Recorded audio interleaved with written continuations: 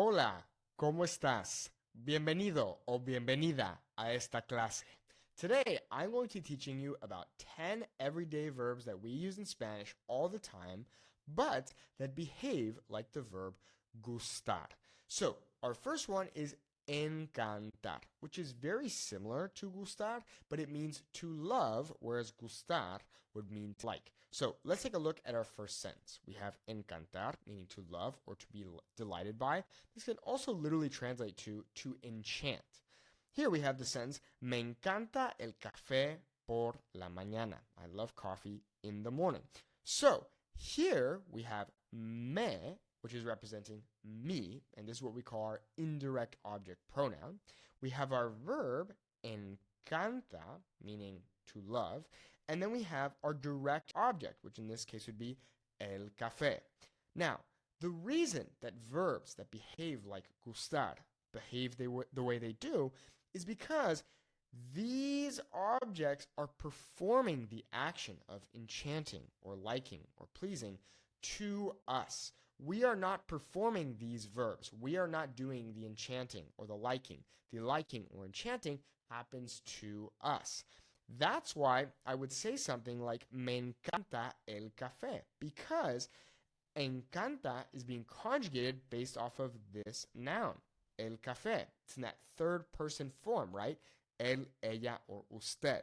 When you have an inanimate object like el café or el perro or la mesa, those will get conjugated in that third person singular form, the el, ella, or usted. If el café was plural, los cafés, then encanta would become encantan.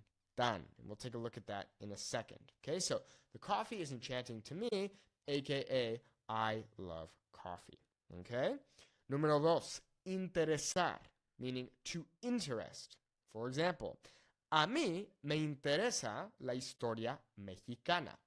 Now, what's up with this a mí? Well, this is just adding extra context for us because maybe in a different sense we would use le instead of me.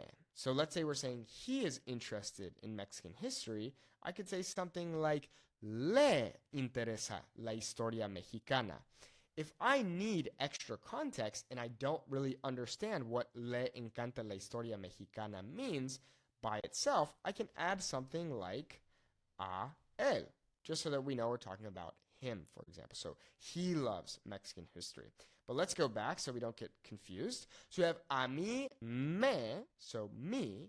Then we have interesa, interest, and then we have la historia mexicana, which is going to be our object here, our direct object. So, sorry for the motorcycle, when in Mexico. So, la historia mexicana is technically performing the action of interesting to me. I am being indirectly affected by that, and therefore we would say, a mí me interesa la historia mexicana. Okay, so I wouldn't say intereso la historia mexicana because it sounds like I literally interest Mexican history instead of saying that Mexican history is interesting to me. Okay, número tres, fascinar. Okay, fascinar meaning to fascinate. So for example, a los niños les fascinan los animales. So here, los niños is going to be les. And then fascinan is our verb, meaning to fascinate. And then we have los animales. Once again, los animales are the ones who are performing the action of fascinar. Okay, so here we have fascinan. That is why in this sentence, it's an instead of a, okay? That's important to understand. So this is not being conjugated based off of los niños. No, no, no. It's being conjugated based off of los animales, okay? So, a los niños les fascinan los animales. Once again, like we had talked about in this example here with the a mí, for example, that's why we're adding a los niños. Because if I were to just say, right, let's cut this off, now we have les fascinan los animales. if I didn't have any prior context, then I wouldn't know who you're talking about. I'd be like, okay, but who is les representing? That's why we can add on this extra context of a los niños. However, it's not a requirement, especially if we were only talking about a couple people and you understand that if I were talking about the kids, oh, the kids went to the zoo the other day, and then I said to you, les fascinan los animales, you would understand that I'm talking about los niños. Okay? Awesome. Let's move on to número cuatro. Now, the verb molestar sounds a bit weird in Spanish, but it actually means to bother or to annoy. Okay, so molestar. So in this case, a ella, once again, that's the extra. We can put it in parentheses. You don't need to put a ella, it's optional. Le molesta, meaning to annoy or to bother. And then el ruido, like what's happening to me right now, because there's, of course, a bunch of noise outside when I start recording.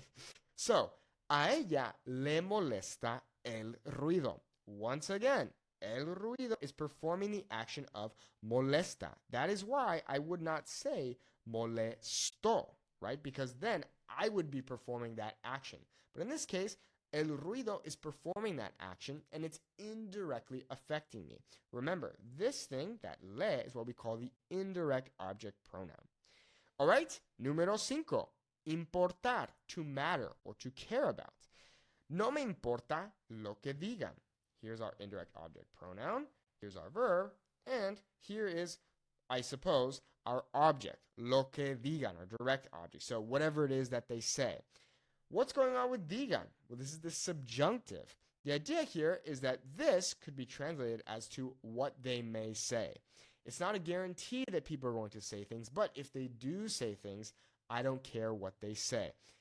If you haven't learned about the subjunctive, you can check out our Fluent Spanish Speaker Academy by clicking the link in the video description to get a more in-depth lesson on it. But it can be quite confusing, so if you're overwhelmed or confused by it, don't worry about it too much for now.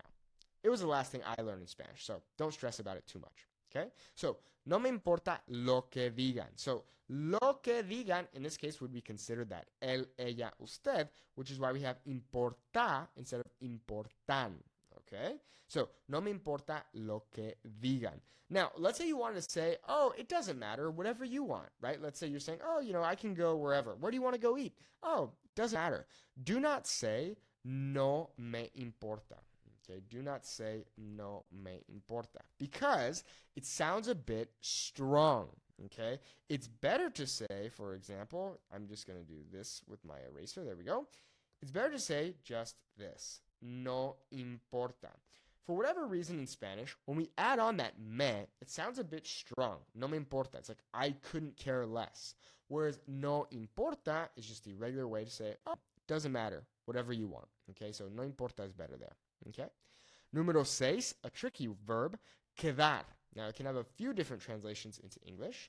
To fit, to be left, or to remain. So, in this example, como te queda la camisa, right? Te is our indirect object pronoun. Queda is our verb, meaning in this case, to fit. And then, what is doing the fitting? La camisa. That's our direct object. Okay? Te queda la camisa. Como te queda la camisa? Me queda bien. It fits me well. Okay, so once again, this object is performing the verb of queda, and it is indirectly affecting me. So we have como te queda la camisa. Okay? Número 7, faltar, to lack or to be missing. Also a tricky verb. Okay? Nos falta tiempo para terminar. We're missing time to finish. So here, nos is that indirect object pronoun, falta is our verb, and tiempo is the direct object. Okay, so nos falta tiempo para terminar. We're missing time to finish, or we need time to finish. Could be another translation here. Okay? Número 8, doler. And this is a very common verb to use, especially if you work in healthcare. So, me is the indirect object pronoun. Duele is our verb, meaning to hurt or to ache.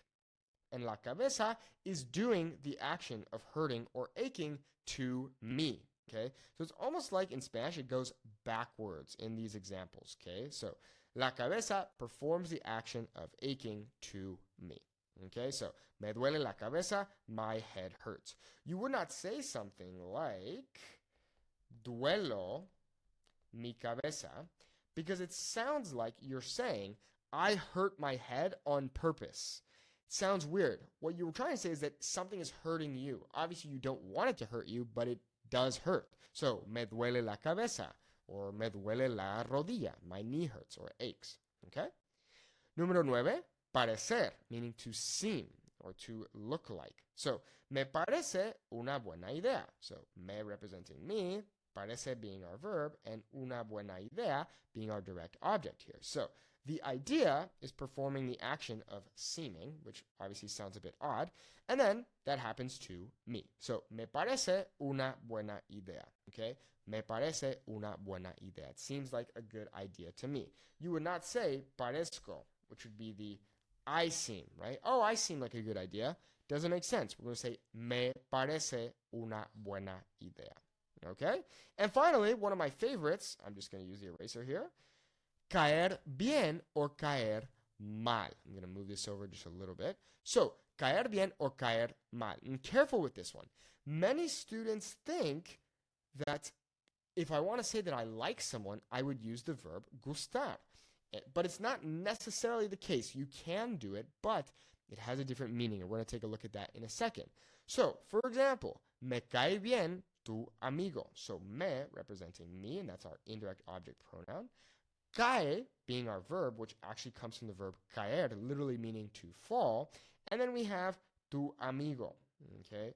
So, tu amigo is performing the action of falling onto me, which sounds very bizarre.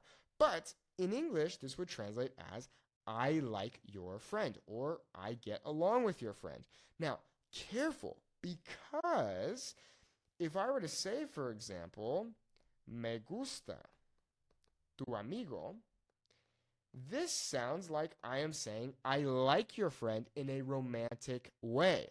So that's the key difference between me gusta and caer bien, for example. Caer bien means you like someone as a friend, okay, or you get along with someone. Whereas gusta, in this case, means that I like someone in a romantic way. So if I said to you, me gusta tu amigo, it kind of sounds like I'm saying, hey, I'm interested or I like your friend. Whereas me cae bien tu amigo is, hey, I like your friend. He seems really nice. He seems like a nice guy, all right? I get along with him, okay? Well, there you have it. Muchas gracias por ver este video. I hope you've learned something new. If you'd like to learn more Spanish, click the link in the video description to check out our Fluent Spanish Speaker Academy. Our goal is to help you have a 10-minute conversation in Spanish in 90 days without feeling unconfident. Check it out by clicking the link in the video description, or you can just Google SpanishWithNate.com. Muchas gracias. Hasta luego.